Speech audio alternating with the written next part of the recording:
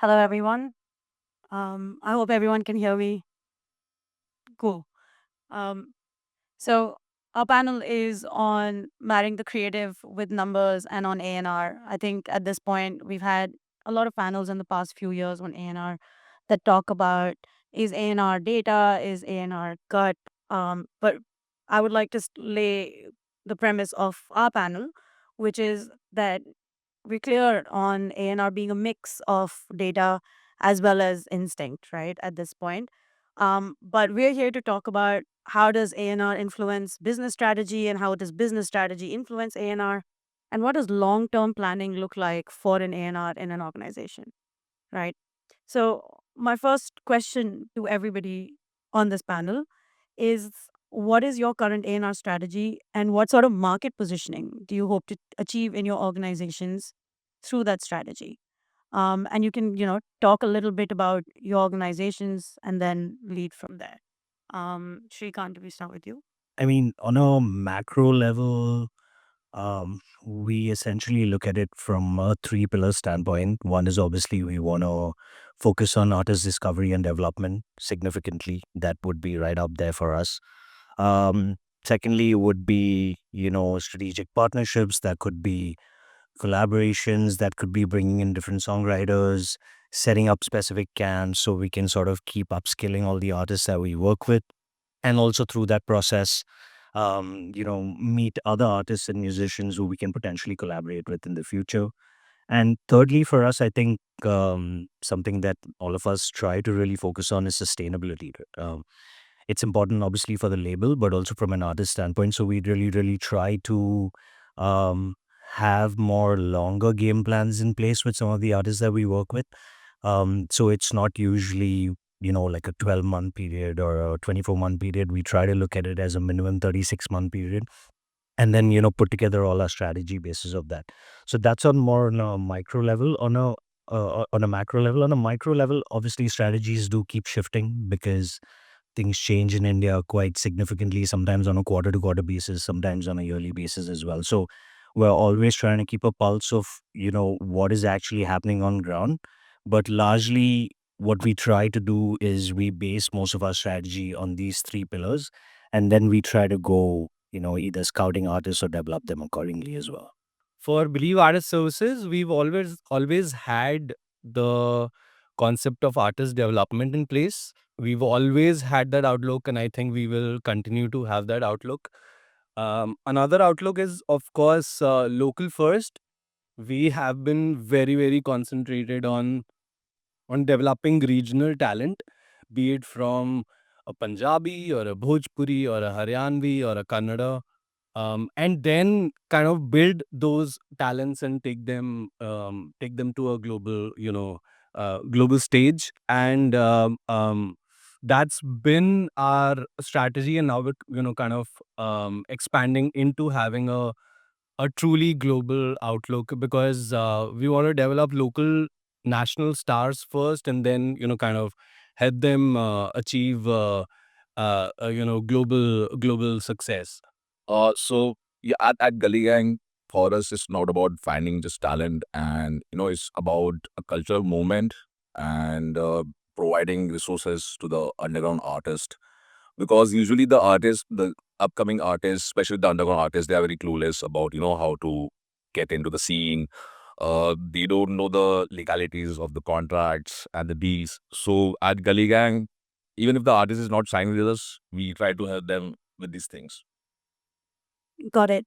So, we've heard slightly different perspectives from everybody, which leads me to my next question, which is the numbers have checked out. You love the artist, you want to work with them either on a project basis or you've decided that you're going to do a 36-month program with them. What are some of the qualitative things that you're looking at when you're meeting the artist then and saying that, okay, I do want to take a bet on you once my foundation's set? I think we really try to, understand how they actually collaborate with us. So I think one of the things that we do at Warner is when we are obviously on the cusp of signing an artist, or, let's say there's two ways to look at it. We're on the cusp of signing an artist, and the others, let's say the artist is broken out because of one of the songs that he's put out, right? So when in the first part of it, what we try to do is we one try to assess how they actually collaborate, and that's not necessarily only from an A&R standpoint. Of course, me and my team sit down with them. We try to figure out what the sonic identity should be. Should we double down on what they're already doing right now? But apart from that, I think for us it's more about, because comparatively we're still a very lean team in Warner Music India, so we have more focused conversations with the artists, with the team as a whole. So we obviously have our streaming teams, we have our marketing teams, we have the A&R teams. Sometimes we have the finance teams as well. The idea is we try to engage with them to give them one, a realistic picture of, hey, how do we see this growing in the short term and in the long term, and secondly, what are the things that both of us need to do in order to collaborate and to really get down to like achieving whatever we want to achieve, right? So I think at least for us, we try to keep this a bit of a two-way process, because I think many a times we've tried to sort of do it the other way, but we feel like strategies don't align once we've actually put out a big body of content by the end of the year. So it's a lot more collaborative for us. We try to really sit down and understand what the vision is. How can we bring on different people to the picture? When I say people, in the sense, songwriters, composers, lyricists, musicians, producers, and really expand that sonic identity beyond what they're trying to do right now. And that sort of obviously enables the artist to, come give their best in whatever we're trying to do. And also at the same time have all the extended teams involved in the conversations right from the start. So all of us are heading towards one direction, as opposed to sort of, us creating the music and then going to the marketing team and then going to the streaming team. It's a lot more organic this way for us.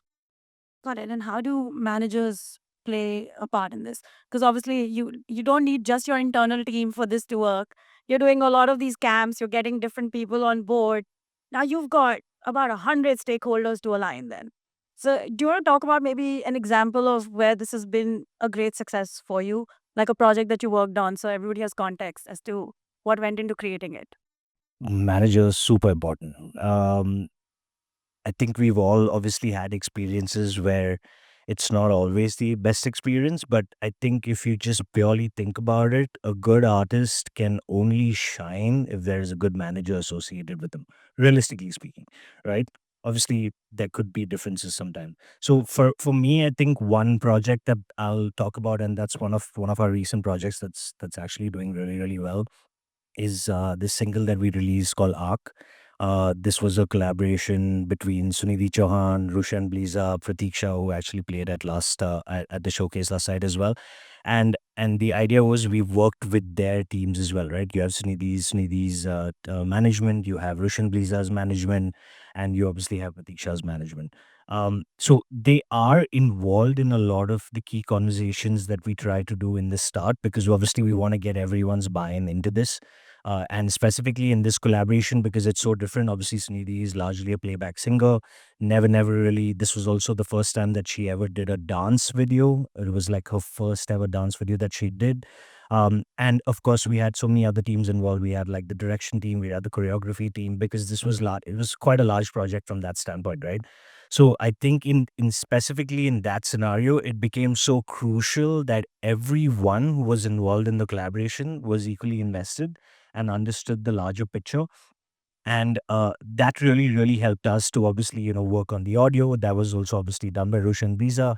And then we obviously got Suniti involved in terms of dubbing. We obviously had Pratiksha, who was involved from a composition standpoint as well. So I think in specifically in that case, it was such a holistic process where everyone was involved in this process. And then when the time came to actually go create the audio, you obviously had the key people, sometimes the management involved, but largely the main key stakeholders, which are the artists in the studio working with us. And then we obviously cut to creating the visual identity, where again they're back involved. So it plays a very important role. I think managers play a very important role in this process. And as this industry develops, that's also obviously have to kind of keep going up from that standpoint. So I mean, that multiple other success stories, but this was very awesome for us because it's still doing really well. There was a bit of a shock value, which what we saw visually as well. For that, we really needed everyone's buy-in into this, and yeah, I mean, it's worked out really well for us. Nice. Akshay, do you want to talk about it from a distribution come label services standpoint? So Like in what context would you like me to talk about it? Um, same thing. What are the three things that you're looking for in an artist once your foundation's done, and then how is your collaborative process with them? So I think it's all about music at the end of the day with each of the artists that we work at.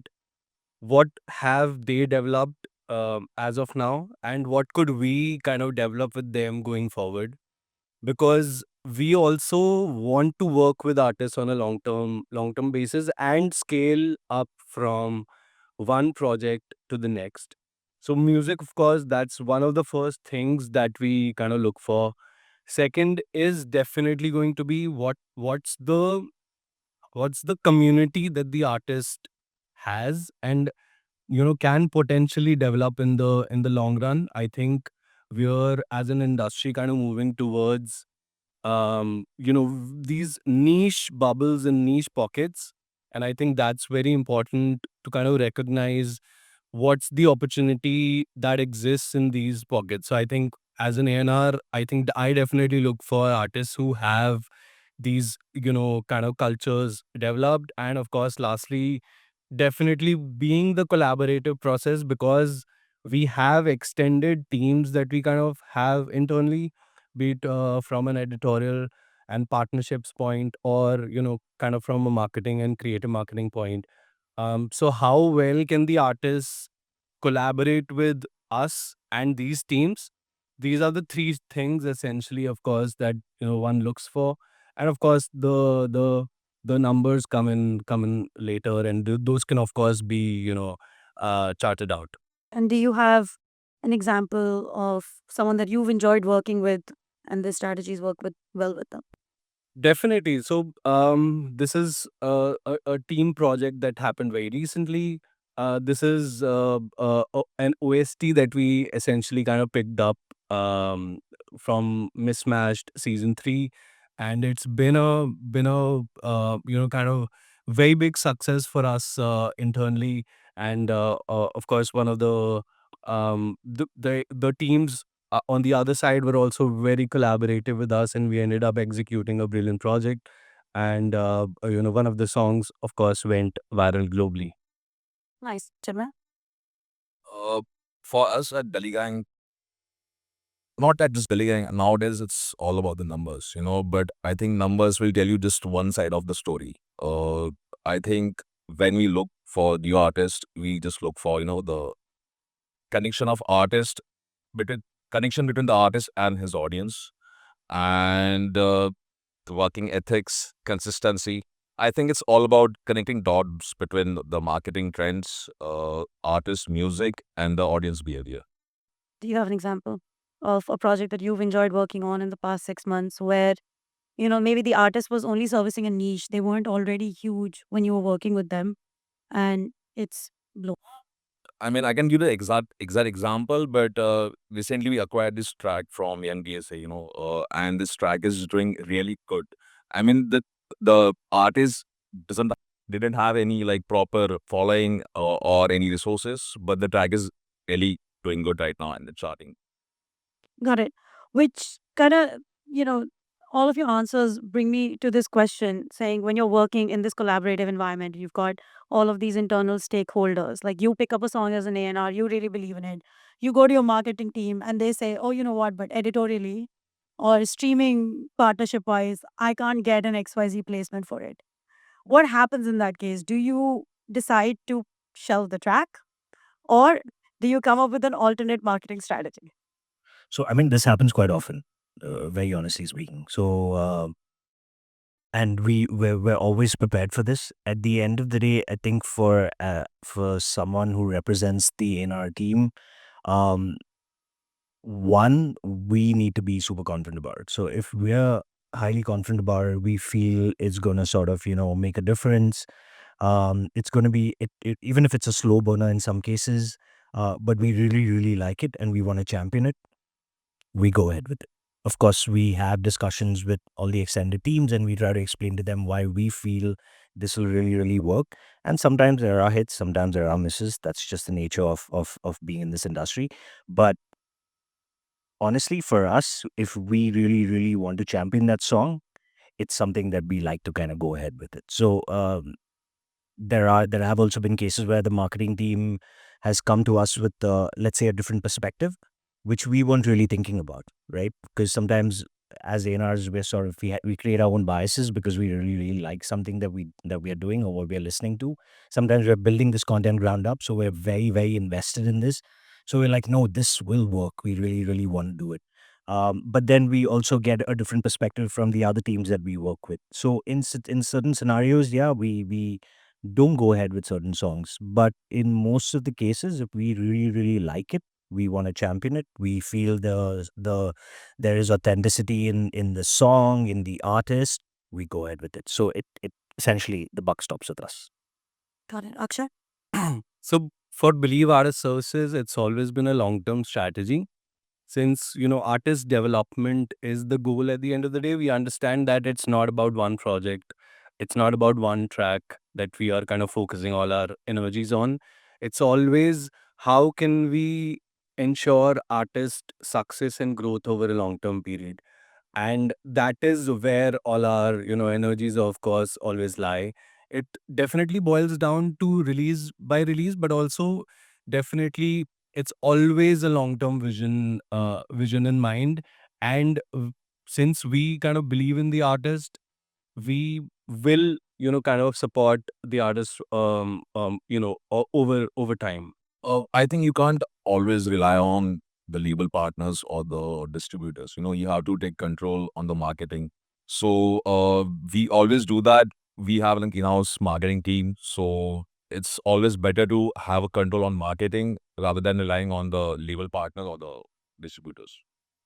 Got it. And your answer then brings me to a question which it's actually been on social media, at least in the industry quite recently, which is the changing role of the label. There's a lot of people who think that because now artists can be independent and have access to just putting the music out there, they don't need a label. Or there's a lot of conversation in the indie circuit that I work in that, labels are bad. Labels are this big bad thing that's coming in to acquire your catalog.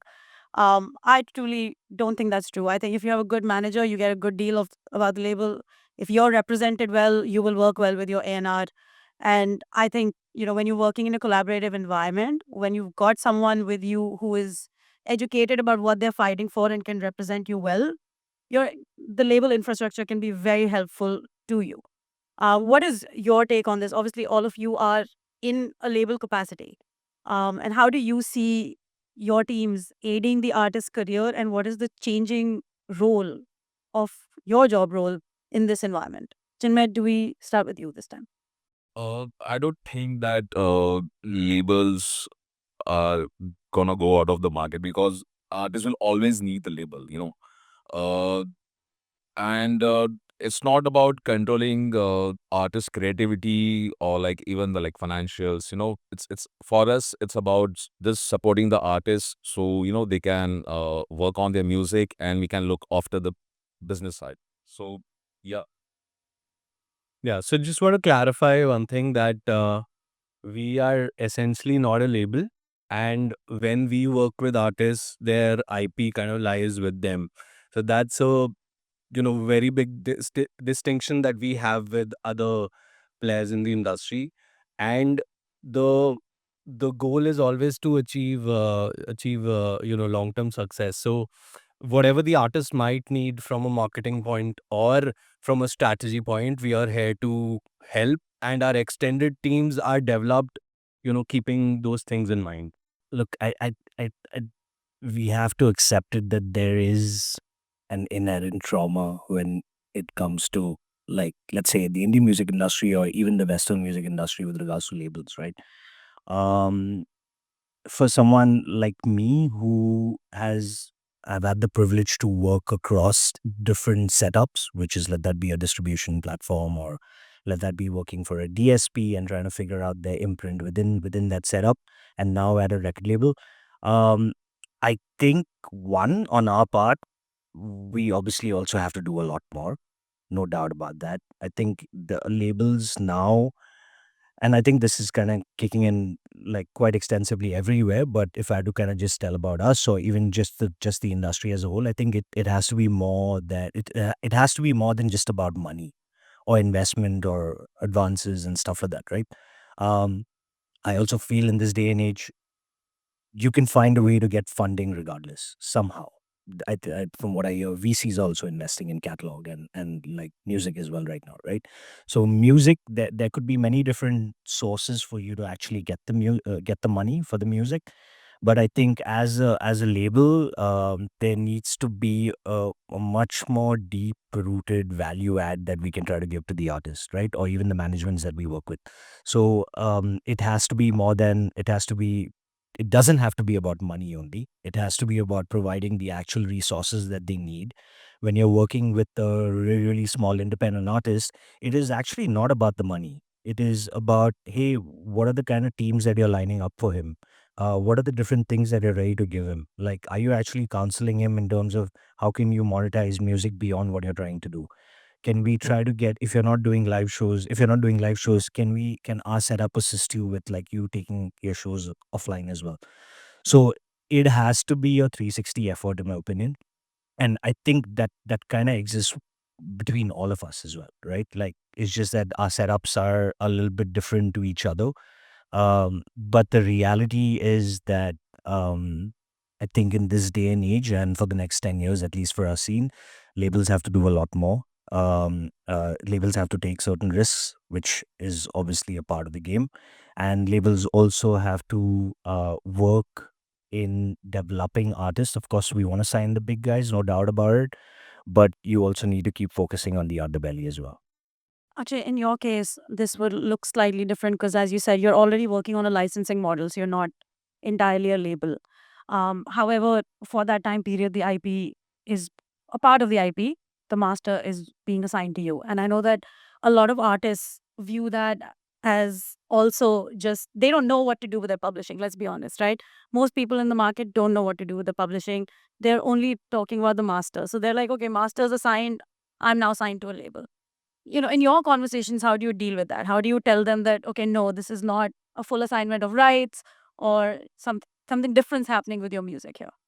So each conversation with the artist is definitely based on kind of educating them about what they are, kind of signing in the contract and versus what are rights that they are kind of keeping.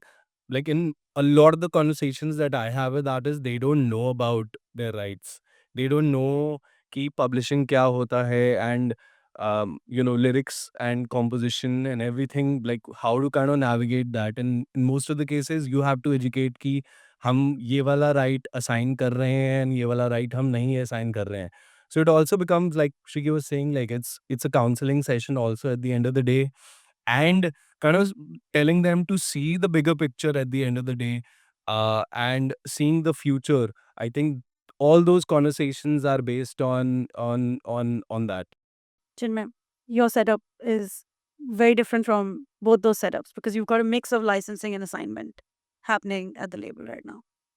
So how does that conversation work for you? Who are you open to, not assigning full rights to? And for which kind of artists are you like, okay, we're taking a full assignment because we can help you, say, grow or scale? Master and publishing, Yeah. right? So at Gully Gang, I mean, we don't like take fully share of the master or publishing. We have like equal split to the artist. So whenever any opportunity comes, we always check with the artist first. Definitely, we tell them that if it's good or bad for them, but the final call we always will for artists. I'm going to pivot the panel a little bit. We've got about 10 minutes left. I want to talk about global versus local. You spoke earlier that you've been focused very locally, but all three of you have very different access to global infrastructure to get collaborations to happen. And while I think as a manager, a lot of artists want that global collaboration to happen, it's not very easy to land even for an A-lister in India right now, right? In fact, some mid-tier artists have a higher chance of landing that collaboration based on their management versus you actually being with a label and having to go through that infrastructure. Let's just touch point on A, what does that strategy look like for you? What kind of artists are you pitching for global collaborations? And B, how each of you have a different infrastructure to tap into. I know that my question was based on me knowing the differences in the infrastructure, but if you could define them for everybody. It is an important element to what we do, but I think, at least for us in Warner Music, we are being selective about how we approach this because, in my opinion, 90% of the collaborations don't work. And when I say don't work, I don't say from a streaming standpoint. I'm saying that that really does not have too much of an impact for my Indian artist abroad, right? As opposed to how it would have that impact for, let's say, the international artist in India. But having said that, it is important. The way we try to strategize this is, obviously it's not possible to get an A-lister collaboration for someone who's just starting up. It's a no-brainer.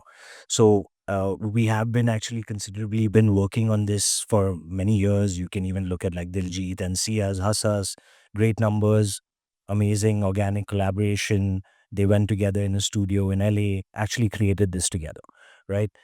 Cut to like our recent release with Karan Aujla and Ryan Dedo. That was again a very organic collaboration. So sometimes, in some cases, we're setting up these collaborations. Sometimes, in some cases, artists are already well connected with each other and they see that there is a vibe. We really want to do something with each other. Let's go ahead and do it. So it is important. I'm actually working on another collaboration. I can't name it right now, but again, I would say a decently big artist, decently big female artist, and we're trying to kind of figure out a bit of a twist in terms of a strategy where we are not necessarily looking at the West, we're looking at a completely different region altogether. So we're trying to really expand and cast our net as wide as possible when it comes to collaborations. Most of the times it's not organic in nature, so we really like sometimes abandon the collaboration because we really don't see it doing too much justice. But having said that, um, I don't really always recommend this to everyone. I always say, listen, grow your base here, find a way to do it in such a way where they're able to come approach you to do a collaboration as opposed to it being the other way around. We're really, really trying to see if we can get our artists to be as features as on their songs as opposed to them featuring on our songs. So kind of make it a bit of a two-way street so that that helps them there. They get exposed to a different sound, a different audience, and the same thing can happen for them here as well. So yeah, it differs from artist to artist. Got it. Akshay? So, as I mentioned, our approach has definitely been local first, and that that you know comes with its own challenges and of course pros and cons. But um we, as Believe, have a very strong global community. We are present in like almost more than like 44 countries on ground, and that gives a very strong A&R community internally to kind of collaborate and discuss and see if there are potential collaborations that can happen. Currently we are building a project, you know cross country, and hopefully it will kind of materialize this year, and we're slowly moving into that global approach. And we also want to kind of have our local artists collaborate with other local artists from across geographies. That's the approach that we are kind of transitioning into, and I think it'll be beautiful to kind of see what collaborations can come forth. Uh, I think that it's not difficult to collaborate with non-Indian artists anymore. It's very easy. They are more open to work with Indian artists because they know that what's happening in India right now. So I think it's best to reach out to the artists and work with the international collaborators rather than looking after numbers, just the numbers. Because when you like collaborate with international artists, you get the audience and you get the experience also. Yeah, I think for independent artists, collaborating with international artists um, is great for the experience because they're so used to working with people who have access to the same infrastructure. So when you provide them, when it's a smaller artist, like you're talking about, Karan Aujla, Diljit, they already have a certain amount of exposure. So then when they go and create something with these artists, it's a lot more organic. But in my experience, I've had multiple artists, when I put them in rooms for just songwriting, not even a release with international artists, they'll be like, oh my God, I had this amazingly different experience because this guy was writing differently, or he has access to different tech and that was different, right? And so you're absolutely right. I think just for exposure, we should, have these camps happen and not be looking at just numbers at this point. Yeah, because like I think there's a shift in perspective as well, right? For them, like you said, they're used to working a certain way, and now they're suddenly exposed to doing things very differently, and culturally also everyone brings in so many different things. I just want to add one thing. In the last like 6 months for me at least, but in general, the amount usually it used to always be like, hey, an Indian artist wants to work with an international artist. But I just want to add, in the last 6 months, at least what I've experienced, the number of international artists that want to work with Indian artists, it's crazy. It is crazy. Most of my NR team that I interact with globally, obviously in India as well, but globally as well, everyone wants to do something with us. Everyone, small artists, big artists, whatever, help us with the collaboration. So awesome times. Yeah, which is amazing. I'm actually very excited about. I know about other managements, independent managements in the US and stuff who are trying to come in over here over the next 1 year and do a lot of songwriting camps. And I think for independent artists, it's really important to realize the power of songwriting versus just performance right now. So my last question, let's just touch upon this. Are you guys doing camps, or how do you guys encourage your artists to dabble in songwriting outside of you orchestrating these camps? So we're trying to create, for us at least, we're trying to create a lot of in-house camps. We're trying to like build these programs internally, as many as possible. We just wrapped one up last week with a really fantastic artist called Kushagra, who's one of our partners artist as well. So that's one way that we're looking at it, where we're obviously working with our set of existing talent, bringing them into these rooms and creating these camps. And additionally, what we're also trying to do as much as possible is send some of our artists for camps outside as well. Like uh, Karma actually just went for one last month, and so we're trying to kind of balance that out. Obviously, the ones going out are, they're not so many because there is a cost and a budget attached to that. But if there are any specific big camp moments that are happening, we're trying to push our artists there as much as possible. But largely for us, we're really trying to focus as much as possible in building these programs internally within our studio, within our office, and just keep building this out on a month-on-month basis. So globally, we've started, these songwriting camps. One recently happened in the US and the UK. I think the next step would be to for it to happen on an India setup as well. On an individual basis, all our NRs in the team, we definitely keep making those connections with producers or songwriters, and having an artist get into studios and try to see if they can come up with great things that we can put out. Uh, at Gully Gang, we're doing songwriting camps for almost 5 years now. And for us, songwriting camps is not just about music, it's about connecting artists with the right producers, right collaborators, and spend some time together. It's not always about just the music. You need to know other artists, how they are working, how they are using the resources and all. Nice. Um, do we have any final thoughts to add, or should we open up to audience questions?